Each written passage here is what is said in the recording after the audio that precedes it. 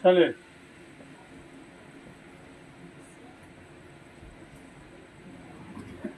पिछला दिन हम लोग चर्चा किए थे बहुराष्ट्रीय कंपनी पर, ठीक है। हम लोग से देखे थे बहुराष्ट्रीय कंपनी क्या, मल्टीनेशनल कंपनी। ठीक है, आज की हम लोगों की चर्चा है निवेश क्या होता है। निवेश जैसे कहीं हम पैसा लगाते हैं ना, उसको निवेश कहते हैं। हम अपनी भाषा में उसको बोलते हैं पैसा लगाना। पैसा लगाकर किसी चीज़ को खरीदना ना निवेश कहलाता है। ठीक है, तो हम जब तक किसी कहीं निवेश नहीं करेंगे तो किसी चीज़ को खरीद नहीं सकते। अच्छा, अधिकतम निवेश जो है लाभ के लिए किया जाता है। खरीद करके लाना फिर उसको बेचना, ठीक है। व्यापार में अधिकतम निवेश किया जाता है, ठीक है। तो निवेश क्या है, तो परिसंपत्ति, ठीक ना। परी माने ऊपरी नहीं समझ लीजिएगा, जो मिल जाता है तो आदमी अमीर हो जाता है। परी माने होता है दूसरा के, परी माने दूसरा के, और संपत्ति मतलब दूसरे के संपत्ति। यदि हम संपत्ति या अन्य उपकरण अगर हम खरीदने में जो व्यय करते हैं ना, जो खर्च करते हैं, उसी को हम क्या कहते हैं, निवेश कहते हैं, ठीक ना। यानी कि परिसंपत्ति, जैसे भूमि खरीदेंगे तो पैसा लगाएंगे, घर खरीदेंगे तो पैसा लगाएंगे, मशीन खरीदेंगे तो पैसा लगाएंगे, विभिन्न प्रकार के यंत्र खरीदेंगे तो पैसा लगाएंगे, ठीक है। तो परिसंपत्ति को खरीदने में जो हम खर्च करते हैं, तो खर्च की गई जो मुद्रा होती है वह क्या हो गया, निवेश कहलाता है, ठीक ना। जैसे मान लीजिए कि आप एक बिजनेसमैन है, सपोज दैट, तो आप 1 लाख में एक मशीन खरीद लिए, ठीक है। क्या खरीद लिए, मशीन। यानी कि इस मशीन को खरीदने में जितना रुपया लगा ना 1 लाख, वो क्या हो गया आपका निवेश, ठीक है। आप इसको निजी कार्य के लिए भी ले सकते हैं और व्यापार के दृष्टिकोण से भी ले सकते हैं, खरीद करके बेच भी सकते हैं। अधिकतम निवेश जो है आपको लाभ के लिए ही किया जाता है। मान लीजिए आप पंप सेट खरीद करके लाते हैं, किसान है तो क्यों लाते हैं, पंप सेट की जरूरी होगा सिंचाई के लिए, तब न लाएंगे। अगर हमको सिंचाई नहीं करना होगा तो हम काला पंप सेट खरीदेंगे। तो किसी न किसी दृष्टि से जो है, चाहे जिस दृष्टि से हम देखें, तो लाभ के लिए ही निवेश किया जाता है, ठीक ना। यानी पूंजी लगाना निवेश कहलाता है, ठीक है। तो ये हो गया आपका निवेश, ठीक है। यानी परिसंपत्ति, जैसे भूमि, घर, मशीन, अन्य सामान की, अन्य प्रकार के जो सामान खरीदते हैं, ठीक है, और उसके खरीदने में जो हम पैसा खर्चा करते हैं, उसको हम क्या कहते हैं, निवेश कह लेते हैं, ठीक है। ये परफेक्ट। अब निवेश को भी नहीं भूलेंगे आप, ठीक है। यानी कि आवश्यकता अनुसार भी खरीदते हैं और लाभ कमाने के लिए भी खरीदते हैं, ठीक ना। वो निवेश होता है। कुछ निवेश हम करेंगे तो वापस आ जाएगा, और कुछ ईजा पिज्जा खा जाएंगे तो वापस आएगा। पूरा मेला में जाएंगे और खा जाएंगे तो वापस नहीं आने वाला है। उसे शरीर को एनर्जी मिलेगा, उस एनर्जी से कुछ कमाइए जितना खाए हैं भाई। क्या आगे है कि विदेशी निवेश क्या है, फॉरेन इन्वेस्टमेंट, ठीक है। तो बहुराष्ट्रीय कंपनियां, हम लोग पहले चर्चा किए थे मल्टीनेशनल कंपनी ना। तो बहुराष्ट्रीय कंपनियों द्वारा किए गए निवेश को विदेश, ठीक है, विदेशी या विदेश रह गया, ठीक है, विदेशी निवेश कहते हैं, ठीक ना। यानी मल्टीनेशनल कंपनी, यानी हम लोग पहले चर्चा किए थे कि बहुराष्ट्रीय कंपनी क्या होता है। नहीं तो एक कंपनी हो और कई सारे राष्ट्र में उसका निवेश होता हो, कई सारी राष्ट्र में उसका दुकान चलता हो, उद्योग चलता हो, ठीक है, और उसका वो अकेले मालिक हो, वही बहुराष्ट्रीय कंपनी है, ठीक ना। जैसे एग्जाम्पल दे रहे थे आप लोगों ने, ये वो बहू है ना, केकरो चाची है, केकरो मामी है, केकरो भाभी है, केकरो मम्मी है, केकरो पुतहो है, कि और क्या क्या है, बहुत सारी है कि नहीं है, लेकिन है कितनी, एक ना, है कितनी, एक। अब एक बच्चा कहेगा नहीं हम अपने मामी से पैसा लेके आएंगे, एक गोरा कहेगा ना हम चाची से लेके आएंगे, एक गोरा कहेगा ना हम भाभी से लेके आएंगे ना, और उसका जो बचा हो कहेगा हम मम्मी से लेके आएंगे। सब पैसा लेने कहाँ पहुंचेगा, एक ही स्थान पर पहुंचेगा ना। बहू माने एक ही आदमी के, मतलब कि कई आदमी के साथ उसका रिलेशन होता है ना। बहू माने बहुता ले, अब शब्द में देखिएगा तो बहु का मतलब होता है अधिक, बहु माने अधिक। अब हिंदी में कहा कि बहुहारी तो मतलब बहुत खाने वाला आदमी, ठीक है ना।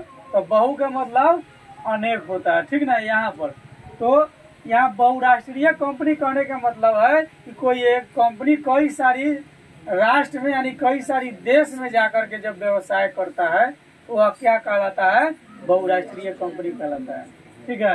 तो विदेशी निवेश क्या है, तो बहुराष्ट्रीय कंपनियों द्वारा किए गए निवेश को हम क्या कहते हैं, विदेशी निवेश। जैसे मान लीजिए कि एक कंपनी है, जैसे अमेरिका का कंपनी है, वो व्यापार किया है, भारत में भी किया है, नेपाल में भी किया है, भूटान में भी किया है, जापान में भी किया है, चीन में भी किया है, ठीक है, इंडो चाइना में भी किया है, यानी कि लाओस कंबोडिया वियतनाम में भी किया है, ठीक है। यानी कि वन नेशन का कंपनी कई नेशन में जाकर के व्यापार जो करता है क्या हो गया, बहुराष्ट्रीय कंपनी हो गया। अब रह गया निवेश के बाद, तो जब बहुराष्ट्रीय कंपनी है तो कई स्थान पर जब उसका उद्योग जो चल रहा है तो निवेश तो परफेक्ट करेगा नहीं। अब मान लीजिए ठीक है, अमेरिका वाला के भारत में जो है कि ठीक है $1 अरब जो है, $1 अरब अमेरिका वाला भारत में खर्चा कर दिया, तो भारत में इसका निवेश हो गया $1 अरब, ठीक है। इसी तरह से चीन में जाकर के अपने बिजनेस में लगाएगा, तो चाइना में जाकर के वहां इन्होंने अपना निवेश कर दिया, तो चाइना वाला के लिए हो गया विदेशी निवेश। भारत में आकर यदि अमेरिका वाला बिजनेस करता है तो क्या हो गया यहाँ के लिए कि विदेशी निवेशक। यदि भारत का कोई अगर उद्योगपति जाकर के अमेरिका में निवेश करता है तो फिर उसके लिए विदेशी निवेशक हो गए नहीं। यानी अपना देश छोड़ के जैसे जहां दूसरा जगह जाइएगा तो विदेश ना, अपना जैसे छोड़ करके जाइएगा तो विदेश में चले जाइएगा। अपना देश छोड़े कि दूसरा के देश में जाले ना, ओकरे कहले विदेश, परदेश ना। परदेश का मतलब पर माने दूसरा देश का मतलब, जैसे भारत वाला अगर नेपाल में जाता है तो उसके लिए क्या है, परदेश मतलब पराया देश है, पर माने दूसरा, ठीक बा। तो हम लोग देख रहे थे विदेशी निवेश में जब बहुराष्ट्रीय कंपनियों के द्वारा जो है कि किए गए निवेश को हम क्या कहते हैं, विदेशी निवेश। वो जहाँ भी करे वो क्या कहलाएगा, विदेशी निवेश कहलाएगा। वो भारत में करे, जापान में करे, भूटान में करे, या भारत वाला विभिन्न राष्ट्र में जाकर के कर ले, ठीक है।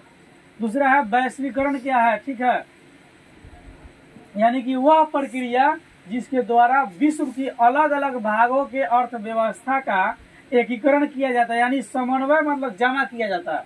जो भी हम पिछला दिन हम लोग देखे थे एकीकरण के लिए, हम एक ही दुकान पर बैठे हुए सारी चीज ले लेंगे ना, मैगी, फ्रूटी, जूस, क्या जी, और क्या होता है, लस्सी, दूध न मिल जाएगा, अचार, मुरब्बा, दालबूट, चावल, दही, जो चाहेंगे सब मिल जाएगा। और विदेशी वस्तु भी अगर चाह लीजिए कि हमको चाहिए कुछ चीज होगी जो विदेश से आता है, वो अभी उसी दुकान में आपको मिल जाएगा। ये सब किसका परिणाम है, वैश्वीकरण का परिणाम, ठीक है। चलिए, तो ग्लोबलाइजेशन में देख लीजिए, तो वह प्रक्रिया जिसके द्वारा विश्व की अलग अलग भाग के अर्थव्यवस्था का क्या होता है, एकीकरण किया जाता है। और क्यों किया जाता है, ताकि आवश्यकता की वस्तुएं आसानी से एक ही स्थान या दुकान कह लीजिए उस पर लोगों को प्राप्त हो जाए।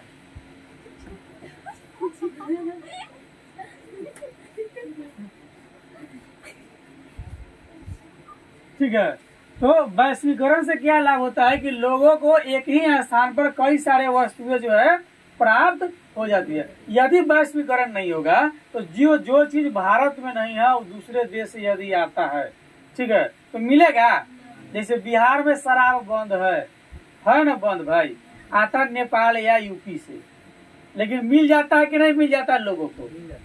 जब मिलता नहीं है तो लोग पी के पकड़ाता कैसे,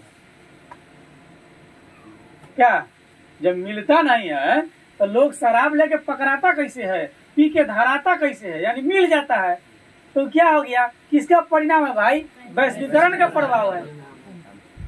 क्या इसी के तरह कुछ अन्य वस्तु भारत के नेपाल में जाता होगा, नहीं भूटान का भारत में आता होगा, चाइना के भारत में आता है। ये सब किसका परिणाम है? वैश्वीकरण का परिणाम है। ठीक है ना। चलिए आगे चलते हैं। तो इससे क्या लाभ है? वस्तु आसानी से मिल जाएगा, कोई भी सेवा हमको आसानी से मिल जाएगा। टेक्नोलॉजी अगर हम सर्च करते हैं तो आसानी से मिल जाएगा। पूंजी और श्रम चाहे मानवीय पूंजी का जो है इससे क्या होता है? स्वतंत्र रूप से आवागमन हो जाता है। ठीक है, इसमें कोई रोक टोक नहीं होता है, ये वैश्वीकरण के कारण होता है। ठीक है, अगला है कि वैश्वीकरण या विदेशी व्यापार। देख लिये, विदेशी व्यापार या वैश्वीकरण विश्व के देशों के बाजार को जोड़ने का कार्य करती है। वैश्वीकरण पूरे दुनिया के बाजार को जोड़ने का काम करती है।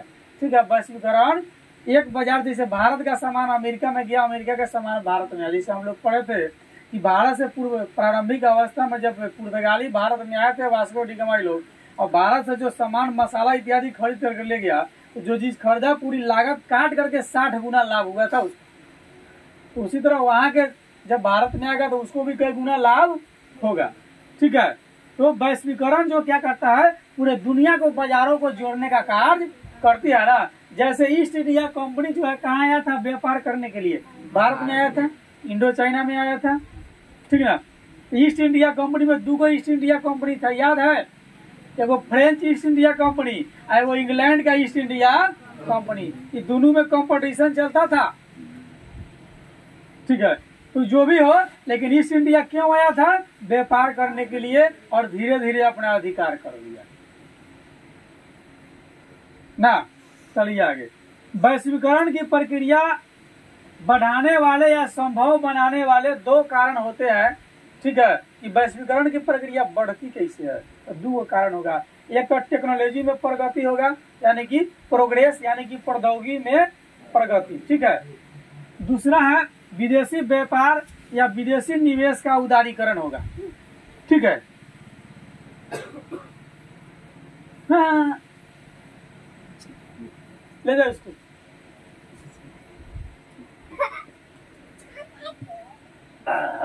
पकड़ो पकड़ो।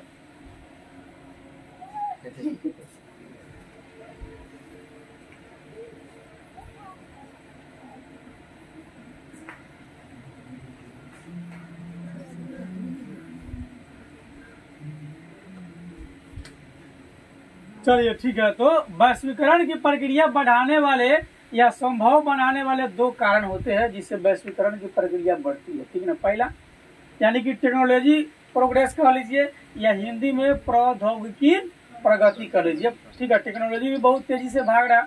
दूसरा है विदेशी व्यापार या विदेशी निवेश का उदारीकरण। ठीक ना। ये 2 चीज है जो वैश्वीकरण को बहुत बढ़ाता है। ठीक है। अब प्रौद्योगिकी में प्रगति यानी टेक्नोलॉजी में प्रोग्रेस कैसे?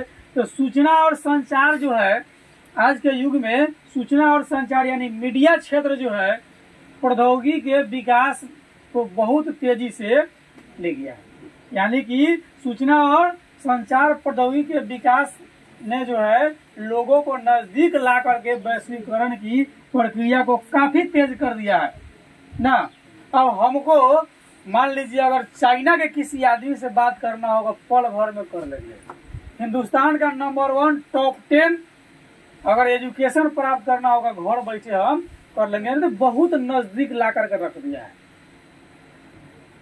ठीक ना, एकदम नजदीक ला करके, एकदम आपके सामने सभी लोग खड़ा है क्या।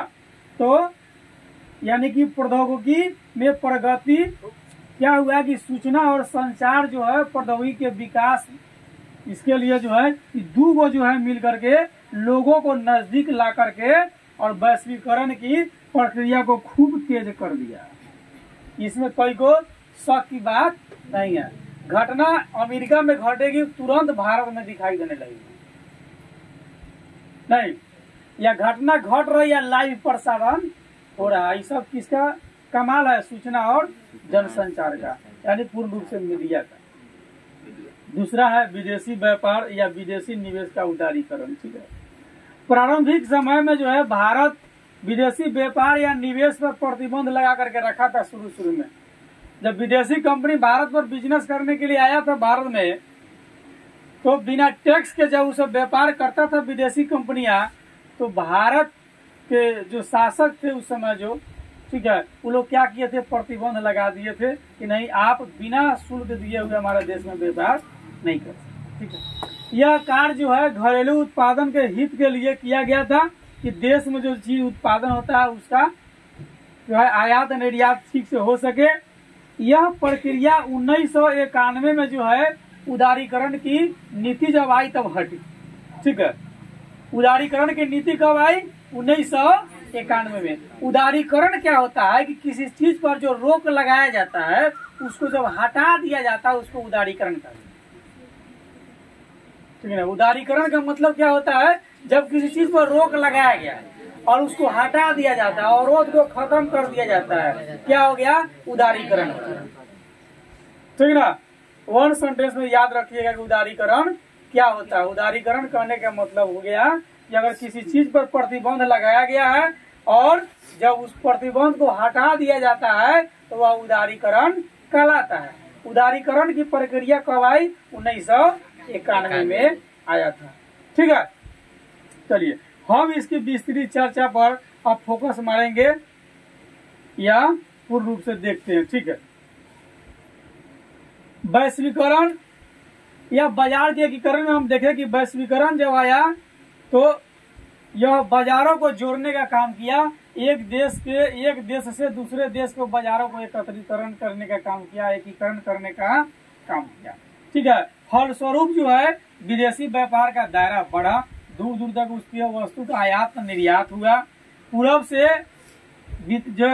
ही विदेश व्यापार विभिन्न देश को आपस में जोड़ने का मुख्य साधन था। पहले से पूर्व काल से ही जो है एक देश दूसरे देश के साथ व्यापार कर रहा था। व्यापार करने के लिए ईस्ट इंडिया कंपनी भारत आई थी। ऐसे कई उदाहरण इतिहास में हम लोग देखे कि विदेश व्यापार उत्पादन को घरेलू बाजार से बाहर निकालकर दूसरे देश के बाजार में पहुंचने और विदेशी कंपनियों से प्रतिस्पर्धा का अवसर प्रदान करता है। यदि विदेशी व्यापार पर कोई नियंत्रण न हो तो माल एक देश से दूसरे देश में सुगमता से आ सकेगा, यदि नियंत्रण नहीं होगा तब, जिसके परिणाम स्वरूप वस्तुओं का बाजार में विकल्प बढ़ जाते हैं और विभिन्न प्रकार के देशों के बाजार में वस्तुओं के मूल्य लगभग समान हो जाता है। अगर उस पर प्रतिबंध नहीं रहेगा तो बिना टैक्स के व्यापार होगा, और बिना टैक्स के व्यापार होगा तो फायदे नहीं होगा, लाभ नहीं होगा। वैश्वीकरण के फलस्वरूप विदेशी व्यापार पर नियंत्रण में जो है ढीलापन आ गया है। जब विदेशी व्यापार जब एक देश से दूसरे देश में चला गया, जैसे कुछ सामान आपको अपनी देश की महंगी मिलेगी, दूसरे देश का कोई सामान अगर बेचता है जो उसका फास्ट टेक्नोलॉजी है तो उस सस्ता में आपको मिल जाएगा। उसे देश में जो उत्पादन जो हो रही है उसको क्या होगा? घाटा लगेगा, यानी उसकी निर्यात नहीं होगी। हम तो आयात दूसरे का कर रहे हैं। तो वैश्वीकरण को संभव बनाने वाले हम लोग देखे दो कारण है। एक जो है प्रौद्योगिकी में प्रगति, तो प्रौद्योगिकी के मामले में हमने काफी विकास किया है, टेक्नोलॉजी बहुत आगे गया हम लोगों का। ठीक है, जिसने वैश्वीकरण की प्रक्रिया को बहुत आगे तक पहुंचाया। आज हम ऐसे प्रौद्योगिकी के युग में हैं या जी रहे हैं कि जब समय एवं स्थान की दूरियां धीरे धीरे क्या हो जाएगी? सिमटती जा रही है धीरे धीरे, और दुनिया एक वैश्विक गांव बन गया। यातायात दूरसंचार के क्षेत्र में हुई प्रौद्योगिकी प्रगति ने भौगोलिक दूरियों को पार करने में न सिर्फ समय कम कर दिया है बल्कि खर्च भी धीरे धीरे घटा दिया। परिवहन प्रौद्योगिकी में बहुत उन्नति हुई है। इसने लंबी दूरी तक वस्तुओं को बहुत तेजी से आपूर्ति और कम लागत पर संभव बना दिया। अब माल ढोने के लिए कंटेनरों का उपयोग किया जाता है, जिससे माल के ढुलाई लागत में कमी आई। इस प्रकार रेल और हवाई यातायात की लागत में गिरावट आई है। आप आसानी से कहीं तक जा सकती है। रेल की पटरी हर क्षेत्र में, अगर नहीं है समुद्र पार भी जाना है तो हवाई जहाज पर बैठिए और यही पार से वही पार चले जाइएगा। नहीं, वायु मार्ग से अधिक मात्रा में वस्तु का परिवहन भी अब संभव है। अब वायुयान से भी अधिक मात्रा में सामान लेकर के जा सकता है अब टेक्नोलॉजी इतना आगे बढ़ गया, यानी कि प्रौद्योगिकी इतना आगे चला गया कि भारी सामान भी एक देश से दूसरे देश में लेकर के ले आया और लेकर के जाया जा सकता है। तो सूचना और संचार प्रौद्योगिकी के विकास ने वैश्वीकरण की प्रक्रिया को काफी तेज किया और दूरसंचार सुविधा, तो दूरसंचार सुविधा सब लोग समझते हैं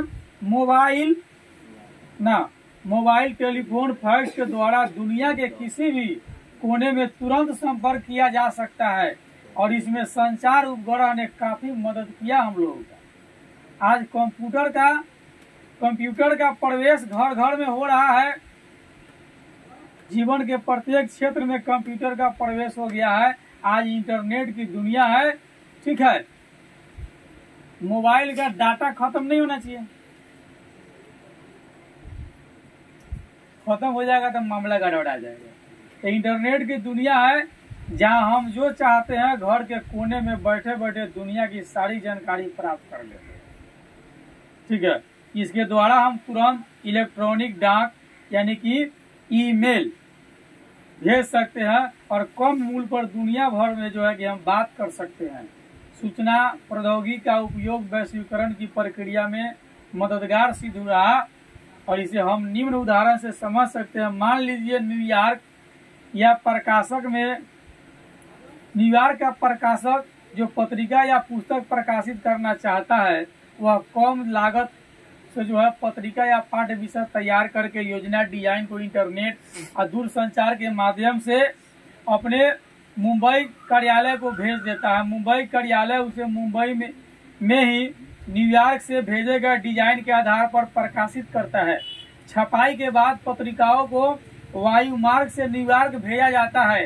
तो पत्रिका के छपाई एवं डिजाइनिंग के लिए पैसे का भुगतान इंटरनेट के द्वारा न्यूयॉर्क के एक बैंक से मुंबई के एक बैंक को तत्काल ई बैंक द्वारा कर दिया जाता है। जो छापिएगा वहीं से आपको पैसा दे देगा, आप इधर से करके फिर फ्लाइट से भेज दीजिए। इस तरह हमने देखा कि सूचना एवं संचार प्रौद्योगिकी के विकास ने लोगों को नजदीक लाकर वैश्वीकरण की प्रक्रिया को खूब तेज कर दिया है। दूसरी बात है विदेशी व्यापार या विदेशी निवेशक का उदारीकरण, ठीक है। तो अपनी योजना के या शुरू के साल में जो है भारत ने अपने यहाँ विदेशी व्यापार और विदेशी निवेश पर जो है रोक लगा करके रखा था। और रोक इसलिए लगाया था कि नीति जो है घरेलू उत्पादन के हित की रक्षा के लिए थी, क्योंकि जो घरेलू जो उत्पादन होता था उसका निर्यात नहीं हो पाता। 1991 से उदारीकृत व्यापार नीति शुरू हुआ और विदेशी व्यापार विदेशी निवेश पर जो है रोक हटा लिया गया। आयात निर्यात ठीक है, जो आयात कर था उसको खत्म कर दिया गया। दूसरे शब्द में अब आयात निर्यात यानी कि बिना रोक टोक के किया जा सकता है, ठीक है। यानी कि हमने कहा उदारीकरण क्या है, तो किसी प्रकार के अवरोध को जो हटा लिया जाता है वो क्या कहलाता है, उदारीकरण कहलाता है। अब जब हटा लिया गया तो सामान आसानी से आने जाने लगा और विदेशी कंपनियां यहाँ पर अपने कार्यालय और कारखाने स्थापित कर सकती है।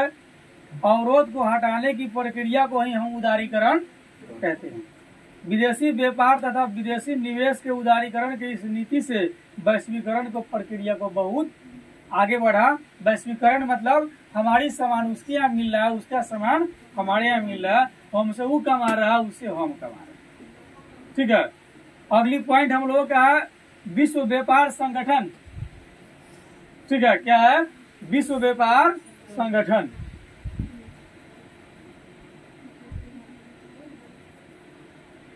कॉपी लिखल है विश्व व्यापार संगठन,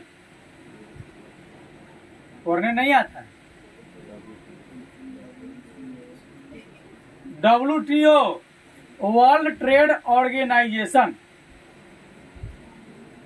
ठीक ना, कभी लिखल है वर्ल्ड ट्रेड ऑर्गेनाइजेशन यानी कि विश्व व्यापार संगठन, ठीक है।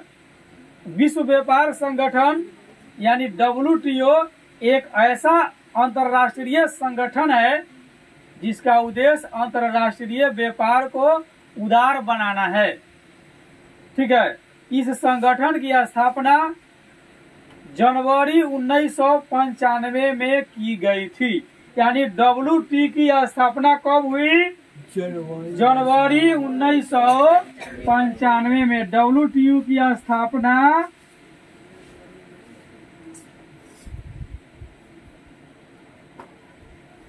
जनवरी 1995 में वर्ल्ड ट्रेड ऑर्गेनाइजेशन की स्थापना हुई। ठीक है, भारत इसका संस्थापक सदस्य रहा। वर्तमान में 149 देश विश्व व्यापार संगठन यानी 2006 के अनुसार जो है 149 देश जो है WTO का सदस्य है। ठीक है, WTO का मुख्यालय जेनेवा में है। ठीक है, इसका मुख्यालय कहाँ? जेनेवा में। क्या कर? WTO का।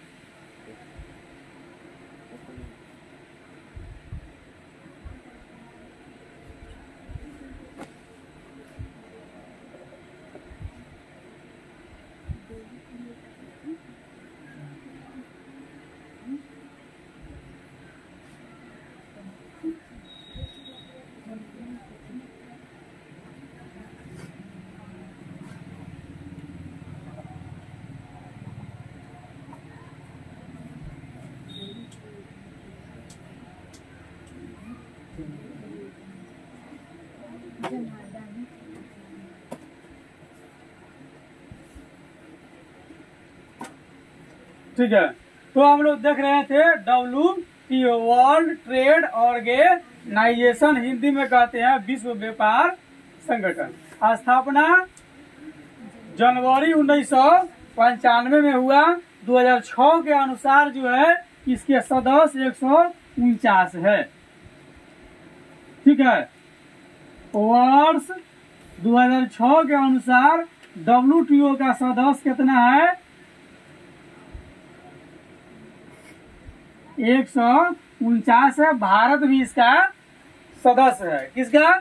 WTO का, वर्ल्ड ट्रेड ऑर्गेनाइजेशन का, विश्व व्यापार संगठन का। ठीक है, इसका मुख्यालय जेनेवा में है। ठीक ना? WTO का मुख्यालय कहाँ? याद रखिएगा ही, जेनेवा। ठीक है, WTO का मुख्यालय कहाँ? जेनेवा में है। ठीक है, विश्व व्यापार संगठन अंतर्राष्ट्रीय व्यापार से संबंधित नियमों को निर्धारित करता है। कौन चीज कैसे बिकेगा, खरीदेगा, आयात निर्यात की बात करता है और देखता रहता है इन नियमों का पालन हो। और विश्व व्यापार संगठन सभी देशों को मुक्त व्यापार की सुविधा देता है, फ्री। ठीक है, परंतु विकसित देशों ने अनुचित ढंग से व्यापार अवरोधकों को एक बना रखा है। दूसरी ओर विकासशील देश पर दबाव डालकर उन्हें व्यापार अवरोधकों को हटाने के लिए दिवस भी किया जाता है। विकसित देश कहता है कि नहीं, हम अवरोध रखेंगे, आप हमारे यहाँ बेचते, हम टैक्स लेंगे। और उसी का सामान जब हमारे यहाँ बिकने आता है कहता नहीं, तुम अवरोध मत डालो, तो उदारीकरण का नीति अपनाओ ना। तो कहीं कहीं दिवस भी करता है। और जो विकासशील है उसकी मजबूरी है। ठीक है, कई सारी कारण है विकासशील होने के, विकसित न होने के कारण। सबसे पहला कारण बढ़ती हुई जनसंख्या। ठीक ना? जितनी जनसंख्या जो बढ़ रही है वो अभी एक तरह की समस्या है इस देश के लिए। ठीक है, नेक्स्ट डे का हम लोग का चर्चा होगा, भारत में वैश्वीकरण जरूरी है या नहीं है, अगर है तो क्यों जरूरी है। ठीक ना? यानी कि ग्लोबलाइजेशन इंडिया वे। अब ग्लोबलाइजेशन जरूरी है कि नहीं है? अगर नहीं है तो बात हटाइए, अगर है तो कहला जरूरी है।